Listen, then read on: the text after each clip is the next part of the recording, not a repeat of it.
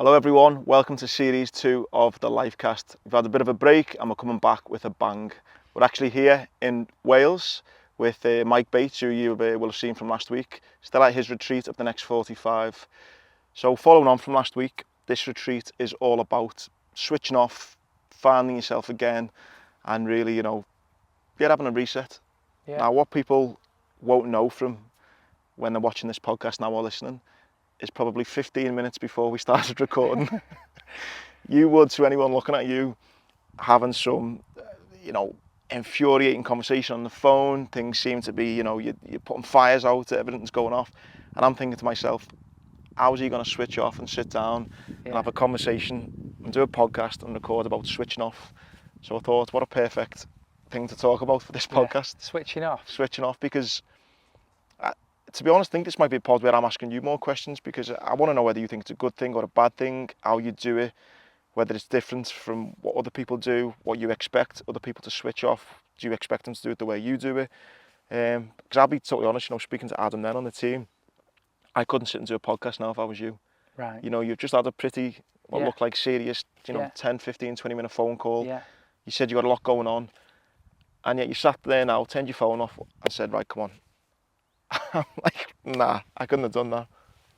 First of all, what do you think switching off? What does it mean to you? So when you ask that question, because I think a lot of the times we're like driven by these phrases or words, like, I'm trying to think of ones, but like what your grandma's passed down to you or your family, these like old things, and it's like, you must have time to switch off. So what does switching off mean to you? I think as a child, one thing that kind of I think of, and my dad used to do it. So my dad was a firefighter for 30 years. And when my mum was alive, I'd obviously be at home with her. My dad, right, maybe this was a kind of generational thing. My dad never, ever once came straight home from work. He always went to the pub and had at least one pint. And he used to say to me, that was just him switching off from work. He'd go straight to the pub, be in the pub for half an hour, have a pint, and then he'd come home. Yeah. My mum would have the tea on the table. That was him switching off. So I guess my earliest thoughts on switching off would just be maybe a little bit of just half an hour to yourself, almost kind of download, de-stress the day from the day, and you're ready for the next thing. Yeah.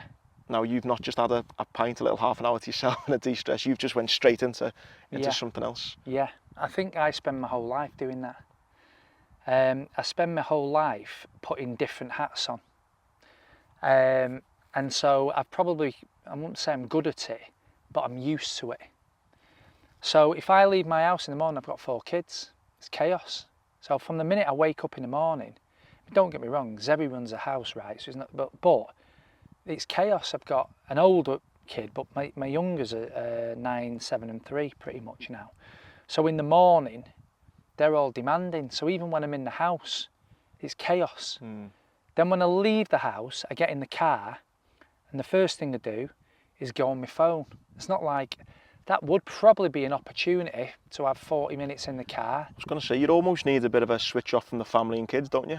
Yeah. Before you're going to go into a hectic, stressful work day. This is why I was saying, what do you think switching off means? Because some people think switching off is being with a family. I don't know if you've watched the Fury documentary, the Tyson Fury thing, but he doesn't look like he's switched off, does it? It's chaos. And we've got, as I say, 4 kids, so it's chaotic in the house. Then I get in the car, and I suppose I have a choice at that point. Do I put Smooth FM on and just chill out? Well, the answer is, the minute I get in the car, I've dialed the first call before I've left the drive. I'm on. I'm in the car, and I'm like, the first thing I need to do is bang, and I'm on. And then I get all the way to work, and obviously the guys that are filming, if they ever see me walk into the office, they will never see me walk into the office with my hands by my side. They'll always see me walk into the office. When I think of you walking, you're constantly like that, to be fair. Constantly, right? So it goes from, we actually, if I go to the Manchester office, we have a car park which doesn't give you a signal, which is annoying, by the way, because what'll happen is I'll go in and I'll have a 2-minute break while I park my car. The second the doors open, I get a signal, and I know that I'm back on the phone into the office, right? And then it doesn't matter what's gone on in the morning, right? Has it been a nice morning? it'll always be chaotic because of the amount of kids we've got. Have I got on with Zoe that morning? Has she been miffed because one of them's been more annoyed? So it depends don't matter what has happened in that period. When I walk in the office, I've got to put another hat on. I have to put a hat on because even though I might be busy, I've still got to play the game a little bit to not look too flustered and stressed. So I've got to put a hat on. And then that might be, I've got a meeting, right? So then somebody's coming in, and what you'll find is most of the meetings I have, we're trying to solve problems. Not necessarily negative problems, we're trying to find solutions to growth if it's in a positive way, but there might be some people that are having real issues with their business, and they don't want to know whether or not I've had a chaotic morning. All they want to know is they get 1 hour or 2 hours of my time, and that's what they pay for, so I sell time. So if I'm in with that client, they're not interested in what news I've got about my health. But on that though, can I just stop you there? So would you think though that, I'm going to pick the 40 minutes that you're saying from you kind of leave your house to work, do you think your kind of time when you get to the office would be different if you had 40 minutes of listening to Smooth FM? Do you think your mindset would be different, or do you think it doesn't matter, you can straight away, you're that good at it now, you can just switch hats and that's you? Or do you think you would have a different mindset if you did give yourself half an hour of listening to talk sport or, you know, chill out music or whatever? Yeah, it's a great question, and the answer to it is probably yes. But the practical answer to it is, in any given day, I will probably get 300 emails.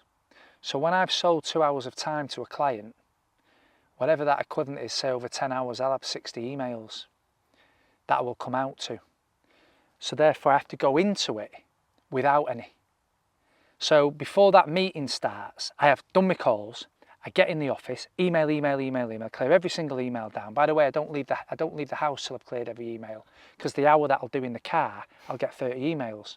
So when I get into the office, I deal with 30 emails that have been in the car. I feel like switching off just listening to you. Right. So, and this is only work, right? Well, I'll come into how I do. The same is when it's a weekend with a family, you know, and that's what I mean about my question back to you in a second about what is switching off, because the day will just continue like that, which will be meeting, catch up emails, meeting, catch up emails, meeting, catch up emails, until 6 o'clock at night, when I get in the car and do the same thing on the way back home, clear down all my phone calls from the day, any missed calls, any voicemails, done. Get into the house, try and have an hour with the kids, and then 7:30, so that'll be 6:30 till 7:30, give or take. And then 7:30 it'll be do another hour of emails to clear down when I was in the car and did an hour with the kids. At which point it's 8:30 at night generally, and then I have a bath for half an hour. Every night? Every night. And it depends how many emails I've got to clear down. So I'm not in control of that bath really, because I either do my emails in the bath to get them completely down, or once in a while I have time in the bath.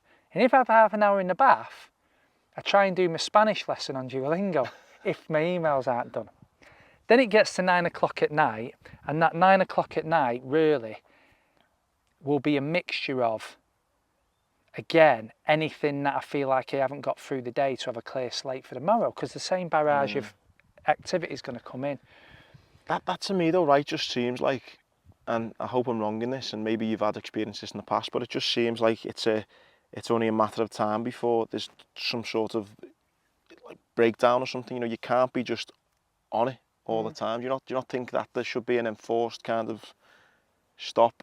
You know, I mean, I know that's what this weekend's about type thing. This next 45 is a bit of a reassess, but I don't know. It just seems to be like there needs to be a bit of a switch off. I think again, when you look at, there will be a gym session in that, by the way, somewhere. But even a gym session, I'll do 1 or 2 gym sessions now in the main. I'll go on a cross trainer maybe in the morning for 45 minutes while I do my emails. So I go on the cross trainer, I burn 600 calories, but I'm doing clear my emails down. Or I go to the gym, and between every lift of weights, I'll do my emails, right?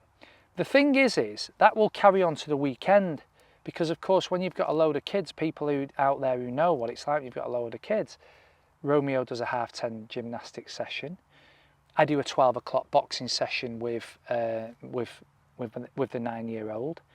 then I feel like the kids need their part, because, you know, anybody listening to this will think, what does he ever do with his kids?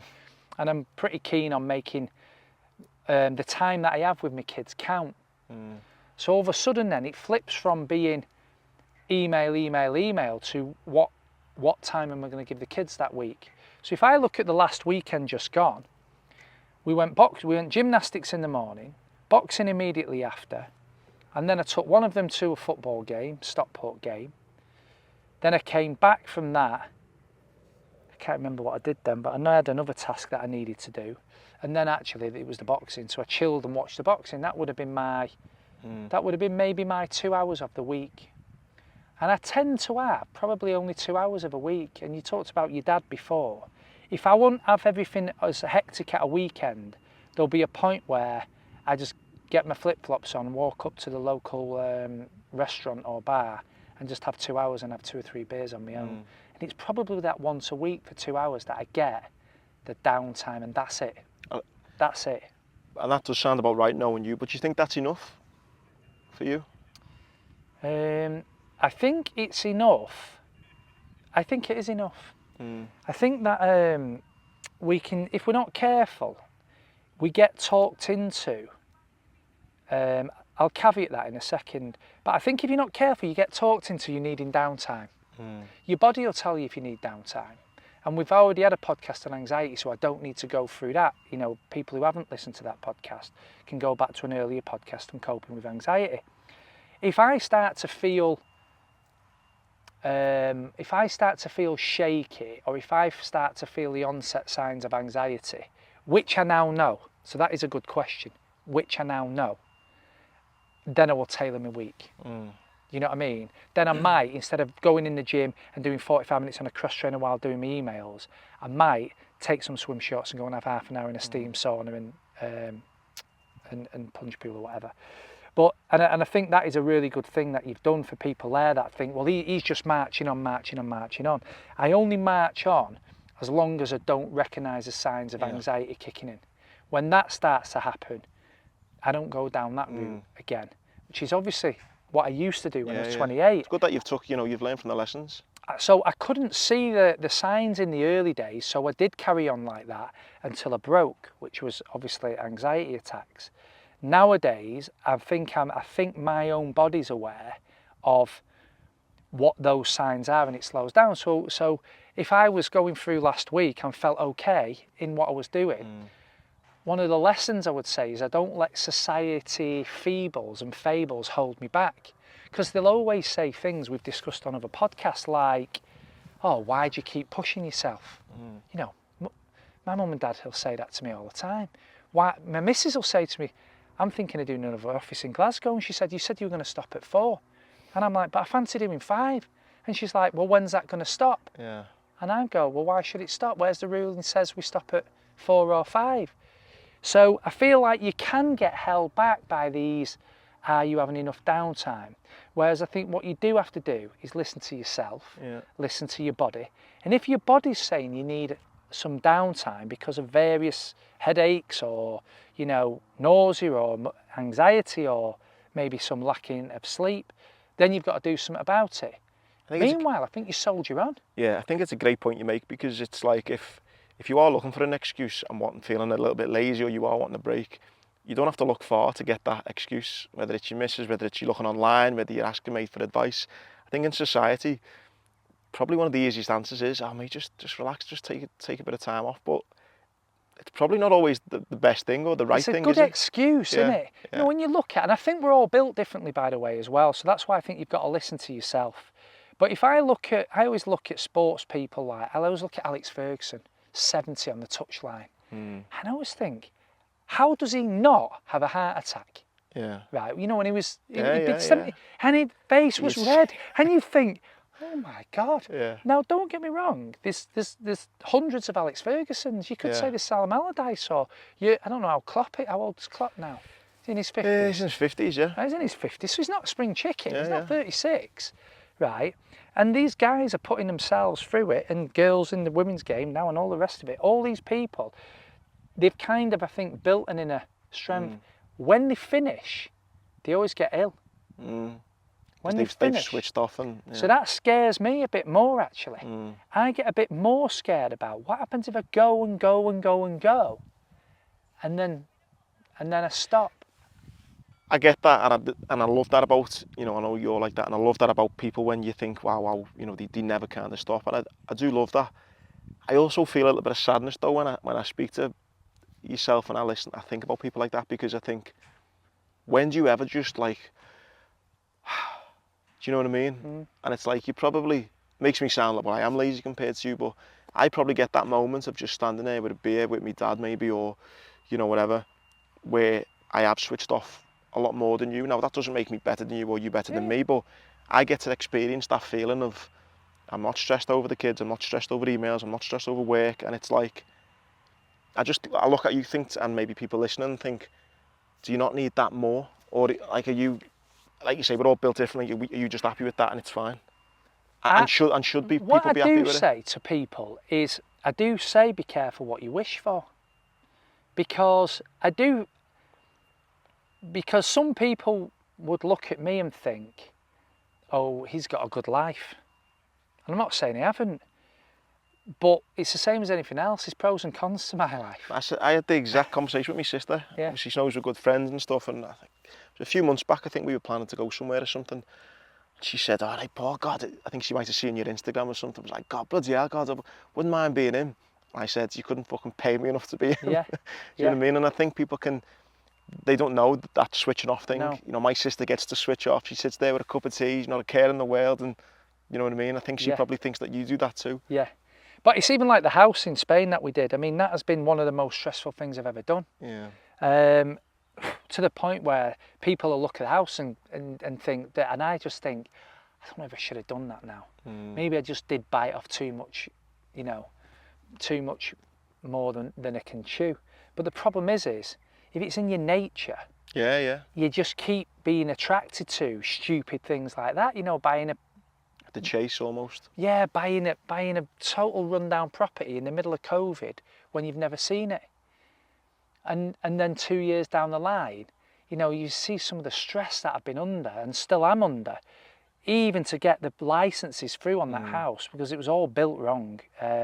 Only we found out when we finished finishing it off. So we've had to re-go back. Even next week, I've got builders going in that I've got to take all my back garden up, because the wall that we didn't build is built 10 foot to... All things that people don't see, and I you guess, just go, oh, but it took 6 months to get to that. So, you know, that whole project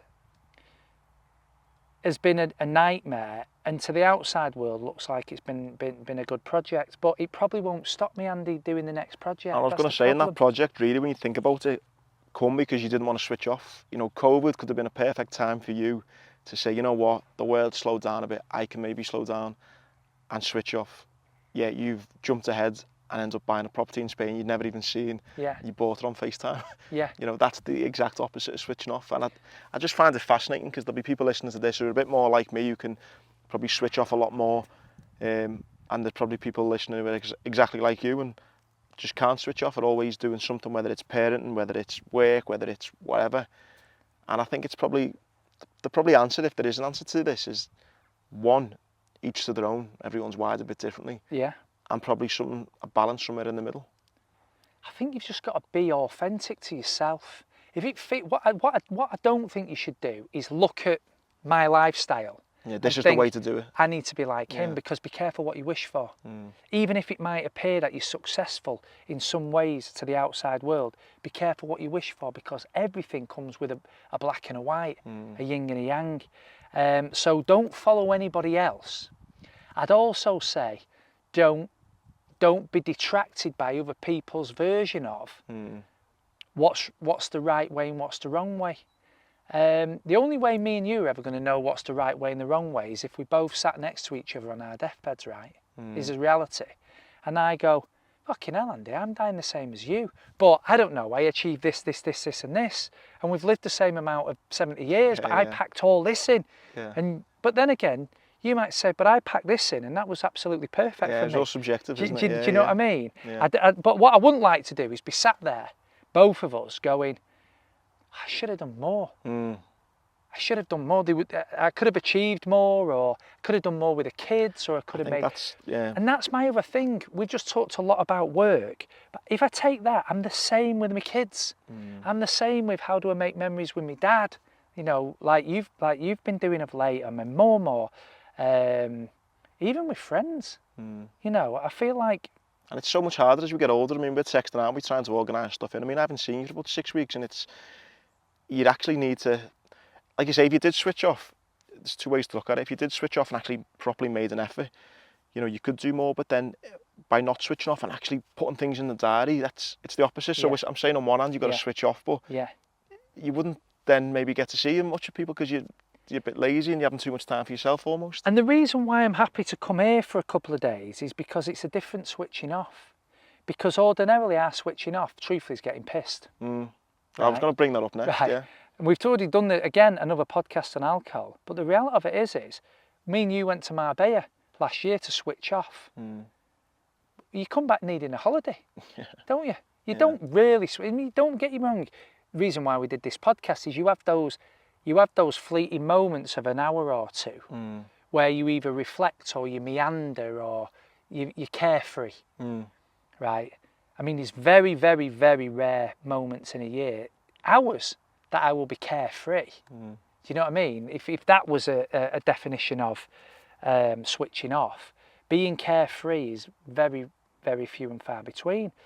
One of the pitfalls I fall in, which I could do better, is it tends to involve alcohol. It tends to be our weekend in Marbella. I'm going to Ibiza with Zeri next week because I always want to have those memories where it's just a couple. So we it's another task that you have to do. You know what I mean? That's what I was going to put to you. Like these things of switching off, what I think you do, and again, I'm not saying it's a right or a wrong thing, but the things that you do in your life, they never seem for pleasure. And what I mean by that is, you said Duolingo. Like you can't just sit in the bath and not kind of just enjoy the bubbles. You're learning a language. I know. Do you know what I mean? And I was just looking for that switch off, and that could be a switch off or classed as a switch off. Yeah. But it's just that idea of maybe people get on a spin bike and they don't do anything, but it's for some people it's got to be. It's a bit why when I go to the gym I don't do classes. A lot of people go to the gym and that class. I do a boxing in a pad session every Saturday afternoon. Saying that, I've now started to take the two kids. So the two kids are playing up at the side. So that was an hour where when you've kind of with a trainer you have to switch off a little bit. But now I take the two kids, so even that was an hour that now isn't an hour. But like you say, I think the thing is you've got to go at your own pace, nobody else's. And if you feel like there's more in your pace, do more. And if you feel like you're doing too much or your body's telling you to do too much, lay off. And in a normally in a week by week, I'm all right with what I'm doing, but some people do look at my lifestyle and think, how can you be enjoying that? But I guess my purpose is, my main goal is to sit on my deathbed and almost list out in my head all the things that I did to like exploit life. Well, I seen a big, it was an Instagram quote and it said, my biggest fear is unfulfilled potential. Yeah. I thought that's bang on. Yeah. But if you had unfulfilled potential, it kind of leads back to living life a bit more like you. It means you feel as switched off, really. So I've kind of come around to me thinking, you know, we sat down at the start and I'm thinking, mate, you need to switch off for a bit before we do this podcast.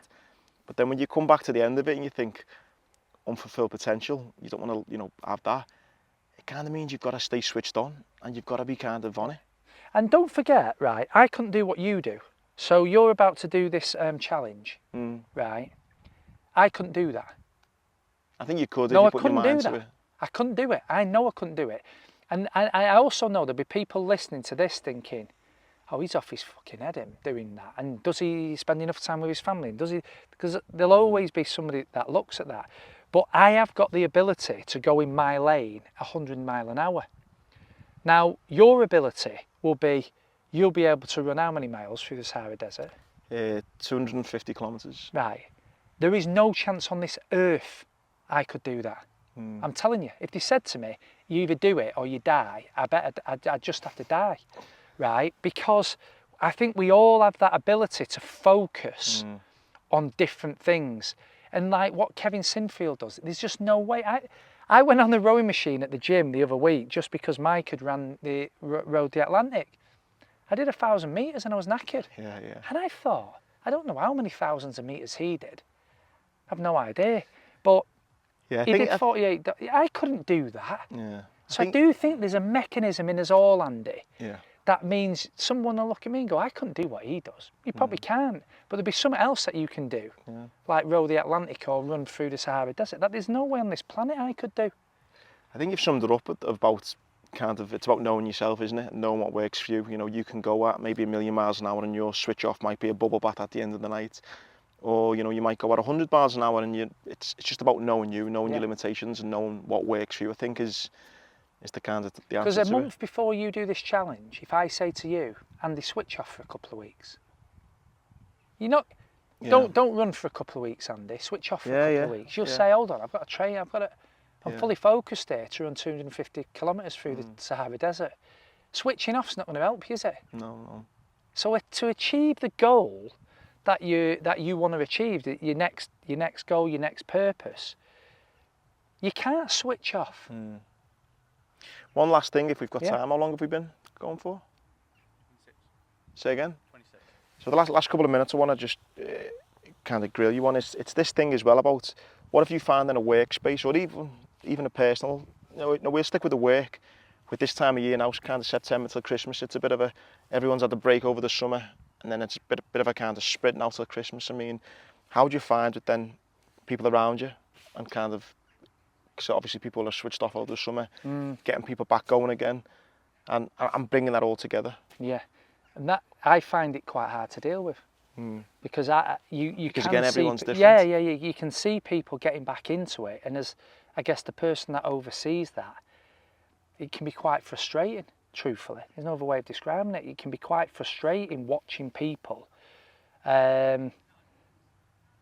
getting back into the gears, sixth gear when they're starting in the first or second. Yeah. The key for me because I guess you're just constantly at a 5 and a 6. Yeah. But I think the thing, everybody's got different gears, haven't they? So I guess as I'm getting older, I'm trying to work on being a bit more patient and a bit more empathetic about everybody else having a different gears. I'm not saying I am. I'm saying I'm working on it. Right. But yeah, so I don't know. I can find it quite frustrating, really, being around people who are having to get into to go through the gears. But it is what it is, mate, to be honest with you. It's I just thought that'd be interesting, but I don't think there's no right or wrong answer. Like with many of these podcasts and chats, it's just interesting to know your views on it. And and do you know what? Even as you're asking me, I think, am I making excuses up for me? Do you know what I mean? But I think we're constantly on that. The good part is you ask questions of yourself. And I ask questions of myself, and also we've got the ability to ask questions of one another. That's important. And learning from each other, aren't you? Like you're saying, one thing that you said and about switching off and all that, I thought to myself, I could never try and even have that same excuse as Paul, switch off. I'm thinking I don't do enough to switch off. Do you know what I mean? So it makes you be honest with yourself and ask questions of yourself type thing. Do you know what I mean? Which is the starting position to find answers. Yeah. Because ultimately you've got to find answers about your own self. I can't sit here and say you should do this, and you say take more time off, and I say put more into it. Yeah. Because by the way, you'll do something like this, the Sahara run, that I just couldn't do in a million years. So there's no right or wrong, but I think the key is to not kind of use it as an excuse to hold back from your unfulfilled potential. That is how I would end actually the podcast. I think you can get into a rut, right, by letting other people's ideas of having time off, downtime, chill time seeping in. You've just got to you've got to be truthful when you look in the mirror. Are you having too much downtime for how you feel, or you're not having enough? 100%. Or does it feel about right? And only you can make that choice, nobody else. There you go, the man who is the king at switching hats and switching off. But not switching on. Nice one everyone for listening, hope you enjoyed that, and we'll see you next week.